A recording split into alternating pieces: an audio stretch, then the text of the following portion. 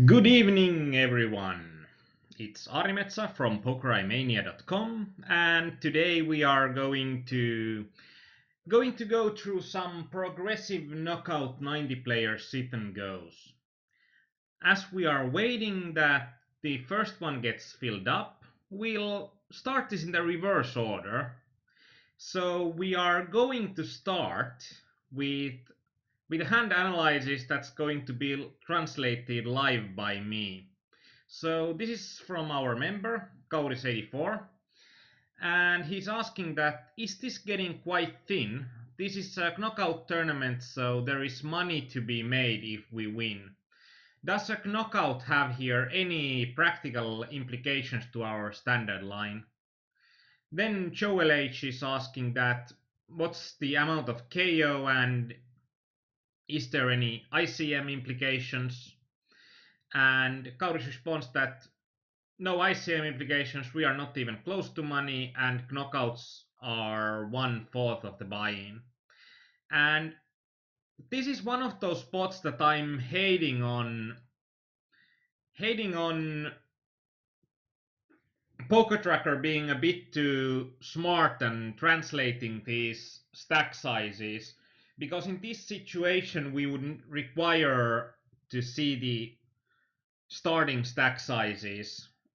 I guess that as this is on 888 poker, the starting stack size is around, I guess it's around 5,000 or 3,000. And for Saletane, good evening. That's an interesting nickname, as it means something in Finnish. But if you are from Holland, then it gets to be even more interesting. That would practically mean most nuts in Finnish. Or practically that's probably the best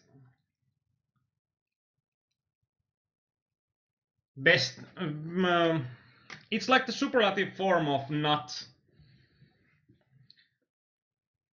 Like nut flush is salettiväri in Finnish. That's kind of an interesting translation. But in here we can start to think about how much does the knockout how much does the knockout affect. And in here we can see that Kauris has about 12,500 chips. The MP has about 2,750 chips. And now I'm going to think that it's about 3,000 chips. So single is likely 3,000 chips. This is a $5 tourney, $1 KO, so 3,000 chips for prize pool. And then we'll notice that 3,000 chips divided by 4, because we are having a knockout for, and it would be 750 chips. So in this kind of a situation that we are having a knockout situation, first of all, we are going to think that we could, just by thinking about knockout, we can take a spot here that would be negative to 750 chips for the knockout value. And we can see that it's not actually going to be great if we can take a negative 750 chips, because we are having such a large stack value in this spot. So as the stack value is likely going to be higher, we are going, and in this case when we are about the largest stack here, like if we call here and lose, we don't lose our ability to we don't lose our ability to knock out anyone else. And so in this case, when blinds are 250 to 500,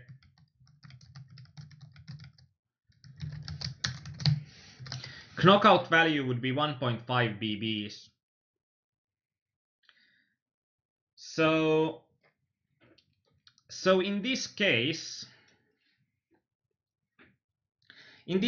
we can go quite close to the knockout value. Like in general, we are not going as close to the knockout value. And why don't we go in general that close to the knockout value is because we are losing the knockout value in a sense that if we lose some pots, usually we are losing then our ability to knock out others. And like if you are playing a normal knockout tourney that's not a progressive knockout, usually early game the knockouts have some effect, but late game, like Kauris's stacking here, if one knockout is worth 750 chips, so it's 1.5 buy-ins, his stack is worth like close to 15 knockouts already. So if he's going to go all in for all of his stack or close to all of his stack, we'll notice that the knockout value is quite minimal compared to what the chip value is.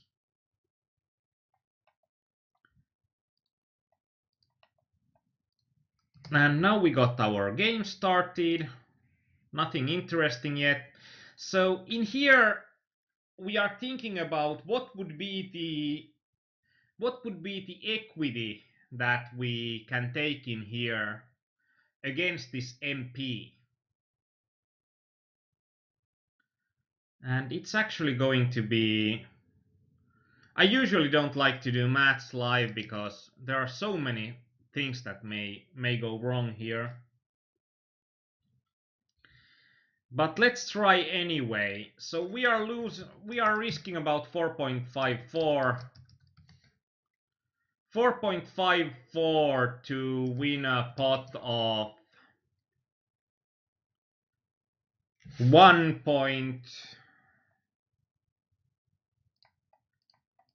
We are risking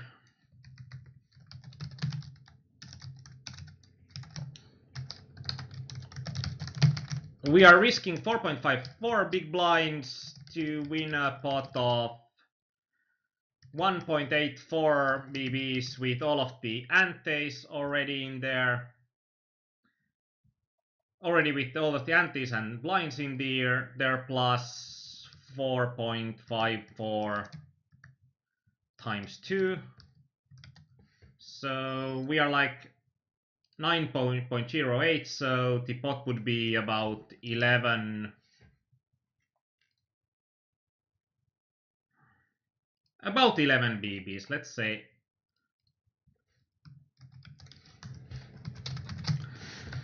So the about 4 to 5 to 11 point, or about 4 to 5 to 11. So we are requiring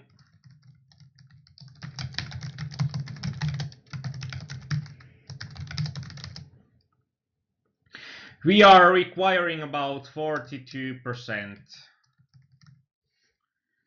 And if we are taking the knockout into account, we can just add it to the pot. So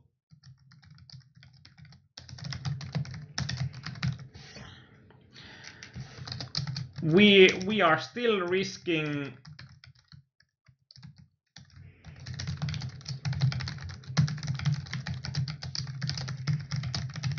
and minuscule amount of knockout equity later on, because with a shorter stack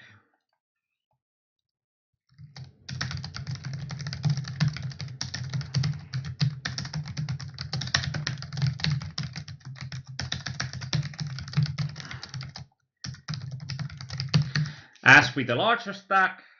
But in this case, as our stack size is, so we are not against this table, we are not risking anything else because our stack size, even if we lose, will be larger than all of the people that we already have a larger stack size against. So, and when we are taking the knockout into account, it's going to be 11 plus 1.5. It would be 12.5. And we got ace king. It's a nice hand, but it never wins.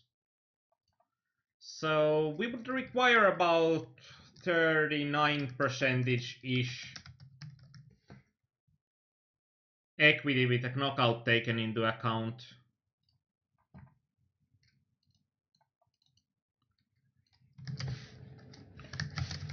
$4.5.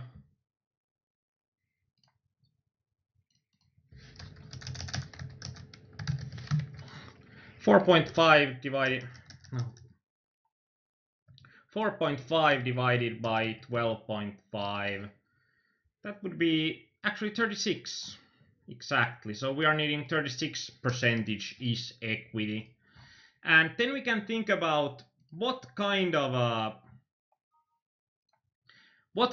range we would get the equity.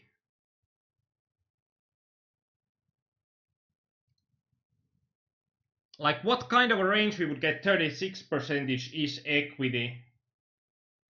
And I think with the queen 5, it's actually going to be a really close call. And hello to Makine and hello to Eki as well. So in here, actually, Kauris was pretty correct that without knockouts, I don't believe that queen 5 off will be a correct call. But with knockouts, it's actually going to be quite good. In here, even when it's UTG open and then the UTG plus 1 shoves, I think this is going to be smaller pocket pairs than ours every day of the week. So we are going to go all in. All in here, and ace 5 all, ace 5 suited. What the frack? I can't even tell what I think about that, because this ain't a family show, but it wouldn't be nice to speak about. He 3-bets a UTG open with a shove with ace 5 suited. That's going to actually show that there's value in these games.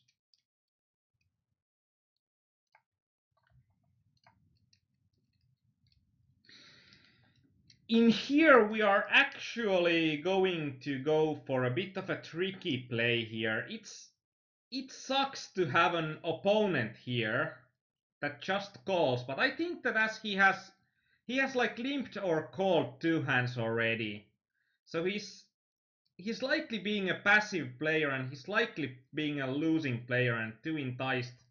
And there's so much value in getting the knockout as well. So as this guy is a fishier player, like normally if this would be a reg that would call here, I probably couldn't call with a hand with practically no nutouts.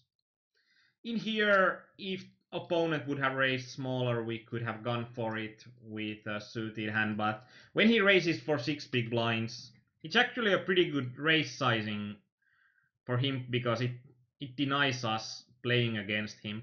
And this is a progressive knockout, so progressive knockout means that now that we got the $5 knockout, we don't get all of it in our bank account. So there is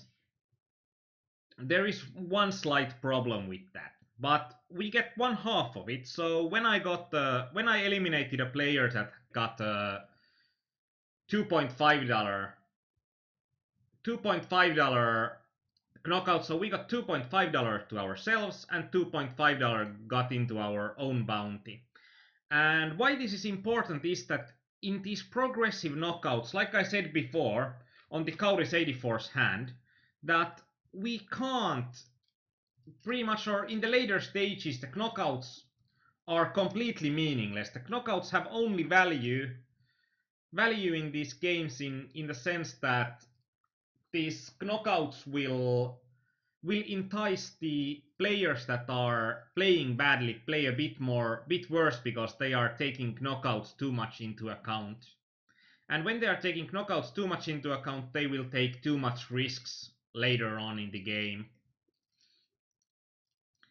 game. So, but in progressive knockouts, I think this structure is pretty great structure all in all. With any suited ace, this would be a great call. But I think with ace 8 off, the problem is that we have no nutouts. Even if we hit an ace here in a raised spot, we don't know where we stand. Like this, the normie nuts will dominate us quite often. And we were unlucky on the top right game, but we'll get more games soon.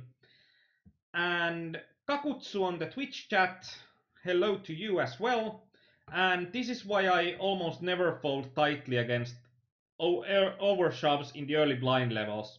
Yeah, that's something that when there are going to be some tight overshoves, it's or don't fold tightly against the overshoves at the early blind levels, because there will be, I think majorly when I researched it on my own hands, that majorly when people are overshoving on the early blind levels, it's not a monster hand.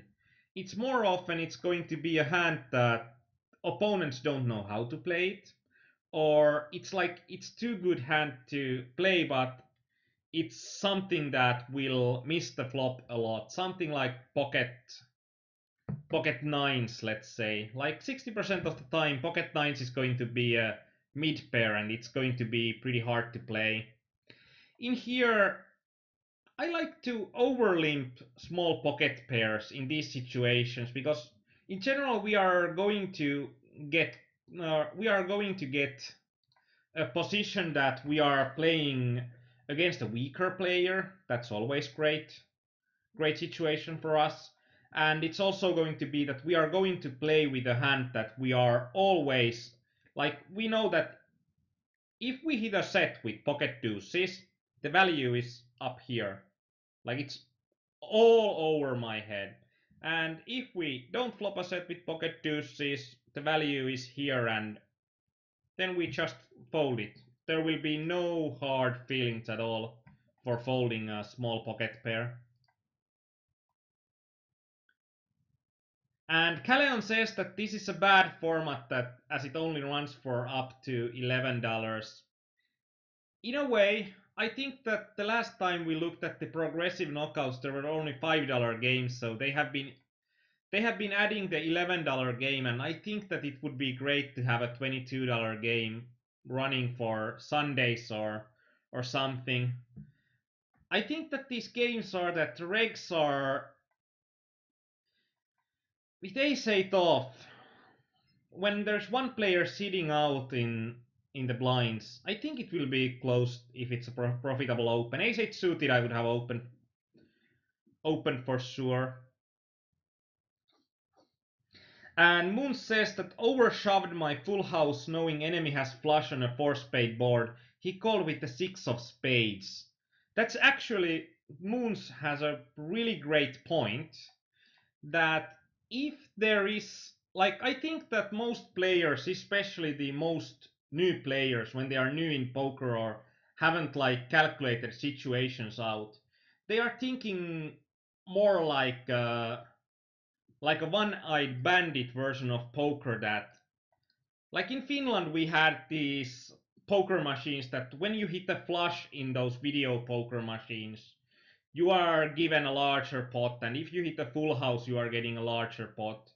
So I actually like overshoving a lot in the situation that it's likely for our opponent to have a great absolute hand strength, but the relative hand strength is crappy. Like, if there's two pairs on the board and you are having the full house with the higher pocket pair, those are great spots to even shove the hand, because opponents are going to practically never fold the weaker full house.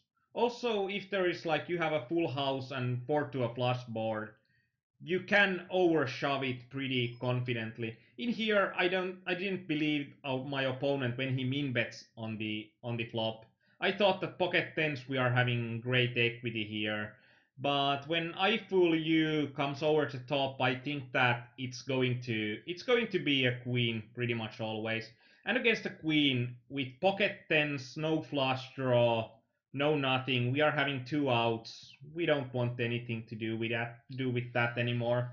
And also something like if you are having four to a flush, and you are having the ace or you are having straight flush on that kind of a table, it's a great spot to shove even three times the pot because opponents are calling with weaker flushes a ton, especially if you are against the player that you are thinking that it's going to be a weaker player. In here we are getting such a great prize and our hand will be alive pretty often. I think that it's going to be a profitable defend even against UTG. And when we don't hit practically anything, and now when we have the open-ended straight draw, I think that we will still try to get the free river or cheap river. This is going to be fine. We don't get exactly priced incorrectly to be in the pot with the open ender, but we are close enough. And close enough is going to be okay if we are getting additional value out of our opponents on the river. Like when I call with almost the odds, my implied odds, so I required something like 70 or 80 chips on the river, and now we got against two pairs, we got 450 chips, so that made the turn call pretty profitable.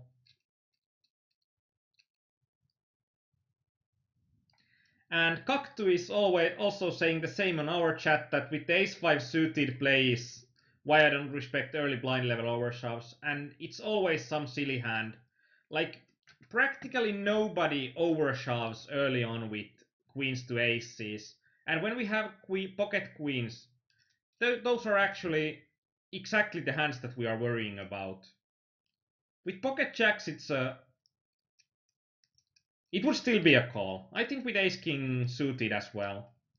Ace king off, I think we can even fold if we are thinking. I think ace king off might even be a fold because there's also a UTG open. And Calleon says that in the final table you might get interesting spot with someone having a $40 to $50 bounty with a short stack. Those situations are awesome and those are going to be really hard for you to analyze. So when you are having a situation that there is like someone is having a two big blind stack and with a 40 or $50 bounty, I can see players like they don't understand that the bounty is worth a lot more than the shove and they don't try to fight it. They are playing like their own game. Ah, Cactu is the same person as the Twitch chat guy. Thought you weren't reading the chat. I'm trying to get the Twitch chat also in here, but we are having limited space, and our chat is where most of the things happen, so I'm prioritizing it. And Kauris is late. Do you know why that's a bad thing that you are late today? Kauris, we started with your hand analysis because it took so long for these games to open.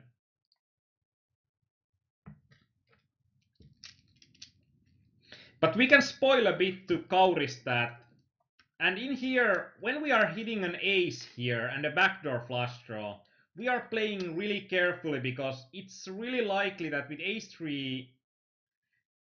with ace-3 suited, we are getting out-kickered here a lot. So we are going to take it easy. And in here, I think actually that when he shoves our limps and this is a limp call, I think that we need to fold here. What the frack? With ace-3 suited, when we are getting a cheap showdown, I don't think that we can bet for value in those because we would hate to fold good showdown equity. We could have raised our opponents if we would have had something like diamond flush draw that didn't come through, that he gave us really good price to really good price to be in. But so to spoil Kauris's hand here, actually I'll let the mathematics be here. So in your hand that you had the hand analysis, you are going to require about 36% ish equity, and actually this is probably closer to 41%. So when we are requiring about 36% ish equity in the situation, ish equity in the situation, I think the call will still be thin with the queen 5 off. Calling the river in the ace-3 suited hand up to pot sizing. I think that I'll call pretty much anything less than a pot. I won't call an overshove or a pot size bet. I think that people are going to be way stronger if they are overshoving the river. Like they are probably having a really good value hand, and pretty rarely they are having a bluff, and it's going to be so expensive for us to check that when our opponent has the flush. So we are going to we are not going to check for those, and I think pot-sized bets are so often value. At least lately I have seen so often that someone, and in the bottom left, I think that we are going for a flat call there and defend that way. I'm going to open some more tables at side here, so when I'm stopping opening these tables, we are then having some extra tables that we are having some late game, because late game is quite awesome in these games. And good evening, Danita. Great to see. Progressive knockout. Actually, I should now have an infomercial saying that we also did this 90-player progressive knockouts. I think I played 4 games then, and 3 of those games were gone all towards heads up, and I think I won 2 of those. So last time around that we did these 90-player knockouts, the session was awesome, completely awesome. I think that when we are having antes and 9 players on the table, we can go really close to any 2 cards when we are opening the button. I think that people are generally defending way too little in those situations.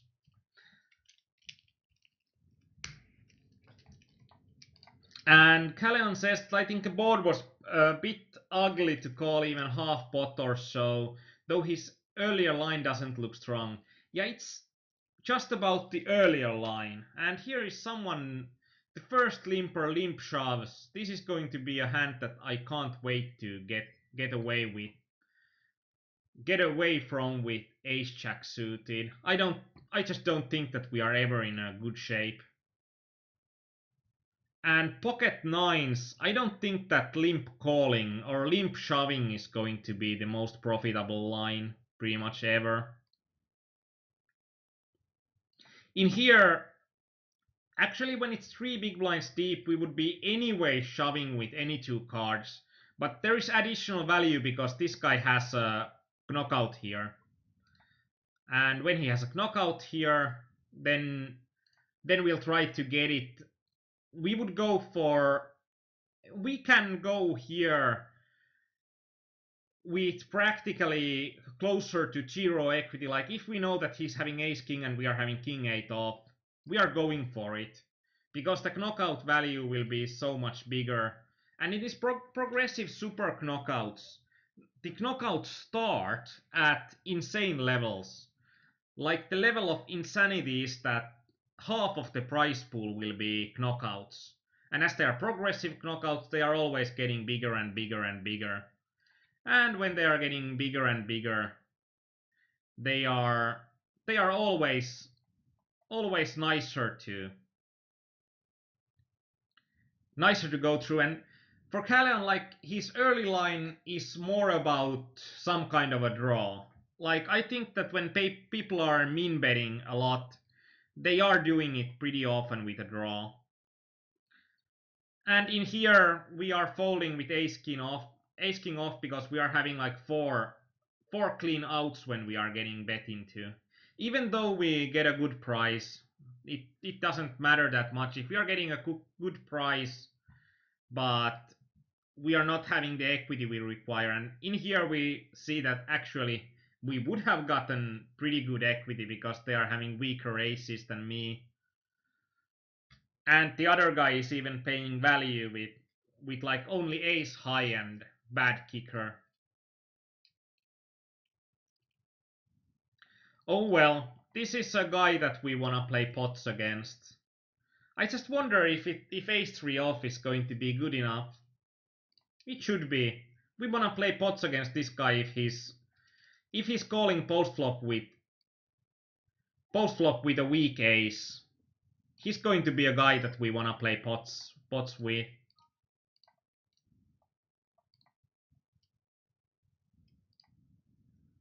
And we remember that he has bet small with a small pocket pair late before. So this is pretty close to a check. Actually, it's really crappy, and this is really hero calling type of situation.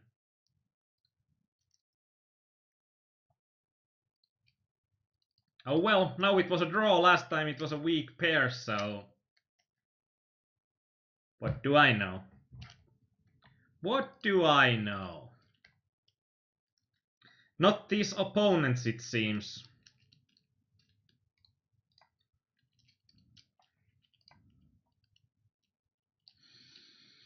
King check off. Nope, not good enough. King jack suited would be an open for me, but not king jack off.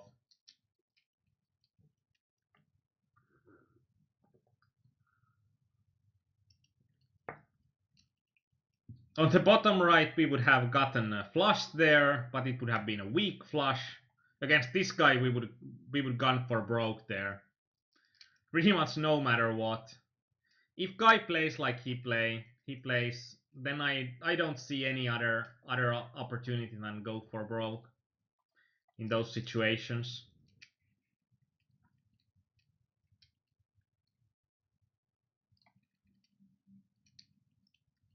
And like our bottom pair in the ace 3 hand, it was worth next to nothing.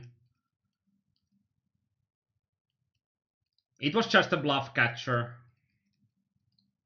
I think with antes, ace 10 off would be a profitable shove. Callion, you are right. Like, kind of one of the reasons that one has to just call really light versus these min bet lines. Only like 10% needs to be ahead. Yeah, if it's like one min bet, but when it's three min bets in a row, that you pretty much know that your opponent will add another min bet and add another min bet. In here, his knockout is not going to be big enough for us to take part. If he would have gotten like 2 knockouts already, I would have called with probably around 30% equity.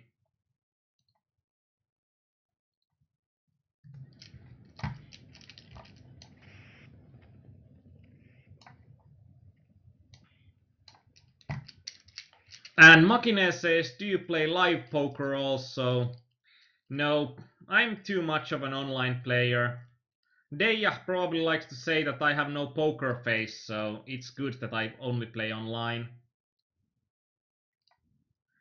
In here, the guy shoves without fold equity against the reg. There's some extra chips in the table. It's going to be really close. I think like pocket 9s would be pretty easy, pocket 8s would be pretty close, and I think pocket 7s is going to be a fold. I think this is one of those hands that it's going to be the closest ones. And I think that it's going to be a fold because we don't need to be in a good shape against this guy only, but we need to be in a good shape against this guy's range as well. So we don't just think about this guy's range. We are thinking about this guy's range. That what does he open from hijack, and out of those hands that he opens from hijack, what does he fold?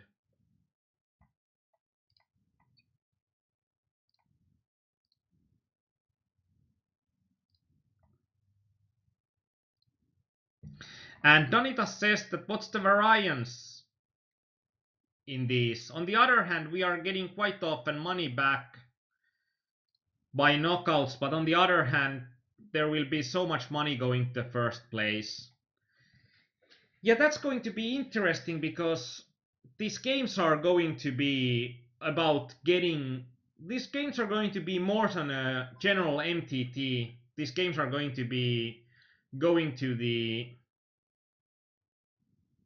This is actually pretty close if a shove or a min bet is a better line.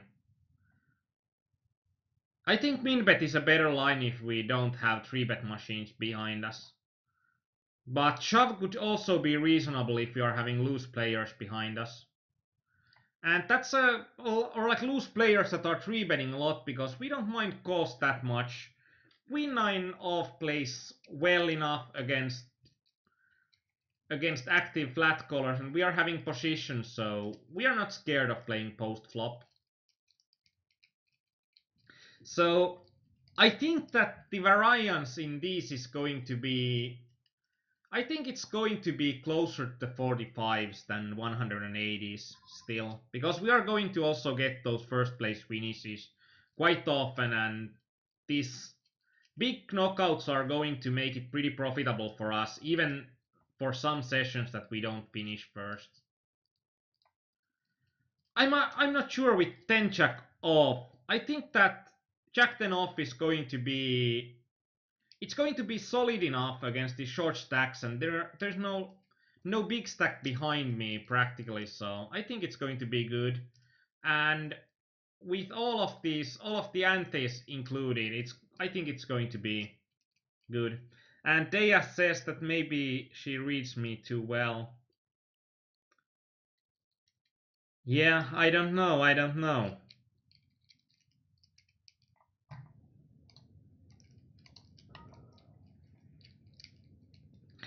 In here we are having a reg shove with a big bounty for 8 big blinds. If you would shove with 5 big blinds, this would be pretty easy situation. I think it's going to be a good shove again. We are only pretty much we only care about this guy and the reg's range, and I think the reg will go for a line that will. So he will have enough bad hands in his range that he will go for a semi-desperation shove, and Jack 9 suited is. I think that's one of those hands that is like a semi-desperation shove.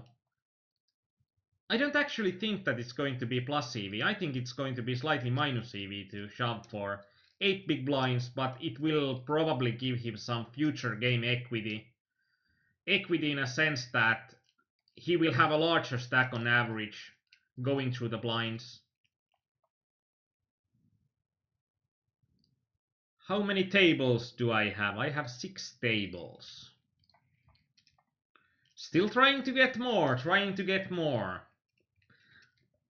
I think if I'm going to get 10 tables rolling, then I'm going to stop opening new tables, and then we are just going to steamroll these tables and go to the final tables, and let's say that variance doesn't matter because we are going to win 1 or 2 of those today, so I'm having a good feeling about today.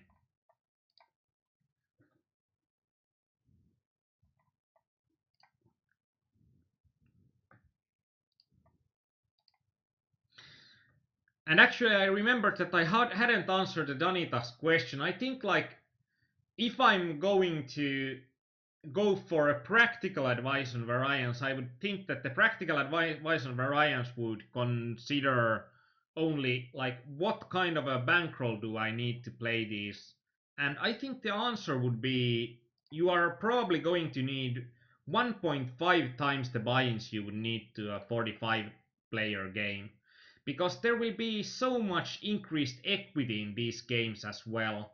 So we are not only thinking about variance, but we are also thinking about our expected value of the tournament. Iletty, he should be a good reg, and he shoves for 13 big blinds. I think this is going to be pretty often. This is going to be a smallish pocket pair, and I'm opting not to take a flip here. There's a sizable small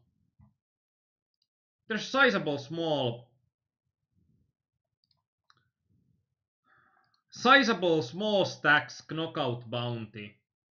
So I thought that do I get enough the knockout bounty equity to go for it, even though I don't think that I would have been ahead of anyone.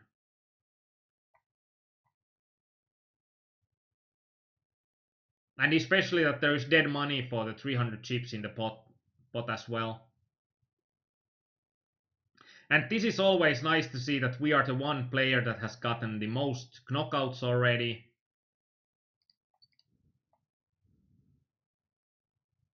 Well played for table 3. Yeah, that's what I'm trying to do. And in here we are going quite close to what I would shove from small blind, because this guy is so small and the other guy is sitting out, so let's try to get the maximum amount of fold equity here. I think like this guy's still going to fold some of the time, but not ace jack off, of course. And Kaktu asked that what's your suggested bankroll management for 45 minutes? When I played them a bunch, I went with a 50 buy-in rule that I thought that was a bit aggressive, but it worked out well for me. I think that 50 buy-ins is going to be way too aggressive in the 45 minutes. It's going to work alright for you if it's easy for you to replenish your bankroll, or if it's no problem for you to drop down in stakes. But if neither one of those fit your situation, then I'm recommending. I'd say that I don't recommend if you can't replenish your bankroll easily. I can't recommend playing 45s with less than, let's say, 125 buy-ins. In here, 10 big blind shove. I think that we are getting enough equity on average. There will be so many pocket pairs that we are flipping against, and there should be some weaker aces. We are going to be dogs against most aces, but still we are getting such a good price there that we don't need to. We'd require something like, against his range, we still require something like 44% equity.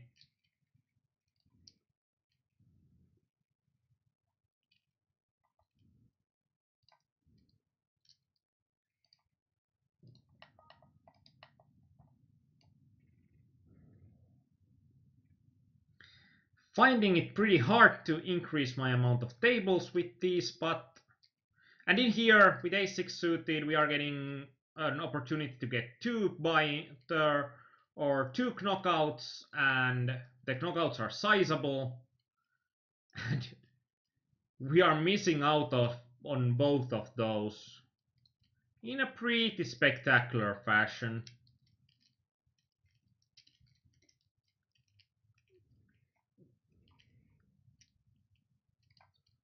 In here with pocket tens we are going to call anyone. And I think that min raise with an intention to call will be better, because then our opponents will get their money in a bit wider. If they are just calling, it's not going to be a catastrophe. And FML, like I said that we are going to call anyone, but a 3-bet and a 4-bet. Then the likelihood of this guy having a pocket jacks or better. What's going to be in his range? I'd say about pocket sevens and up. Probably ace queen would be there as well, but and probably something like ace jack suited. That should have been a call. And we'll remember for the next time that our time bank balance is 0 seconds. Actually, that's quite a nasty spot. But it's like if it's 2.5% of his range and there will be like ace queen off, it would be close to, it would be like half of his range. So I think we are actually, I think we are actually pretty close to getting something like 40% ish against his range, and it should be good.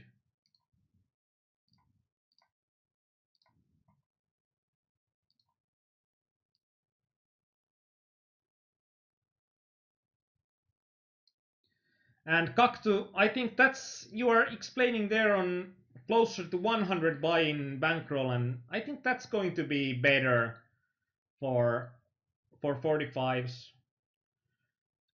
And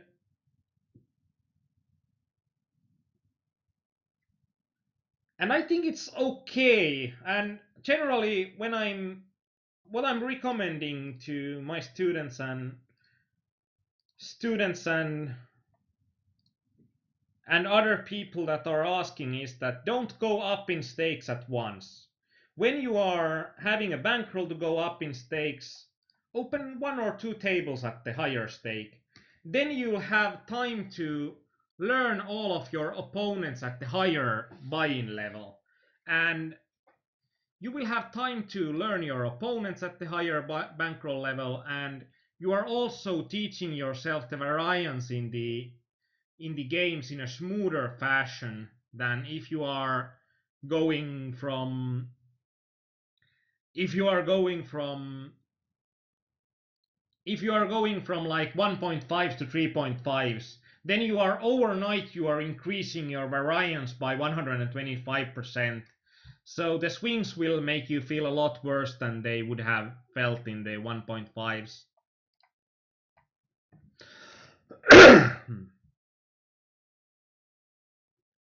Sorry about that.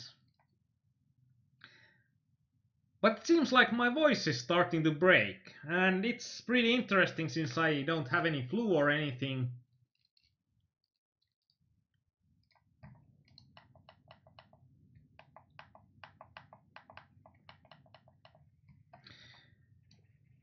I don't have any flu or anything, so...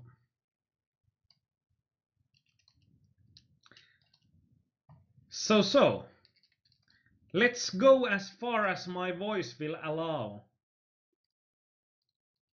Hopefully it's long today.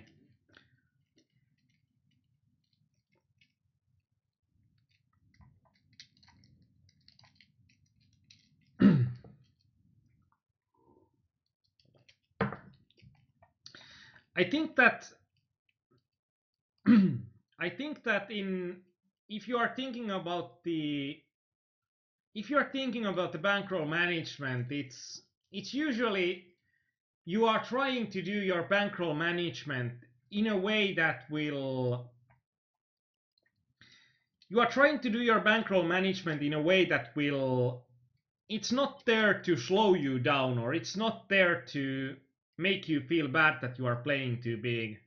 It's there to make sure that your bankroll or it's there to make sure that your bankroll grows at the quickest possible level. So that's what bankroll management should be all about. And we are going for a break, and we can talk a bit more about the bankroll management strategies and the merits of different strategies when we come back. But always when you have the possibility to have a break, you should have a break. And if you have Kit Kats, have a break and have a Kit Kat.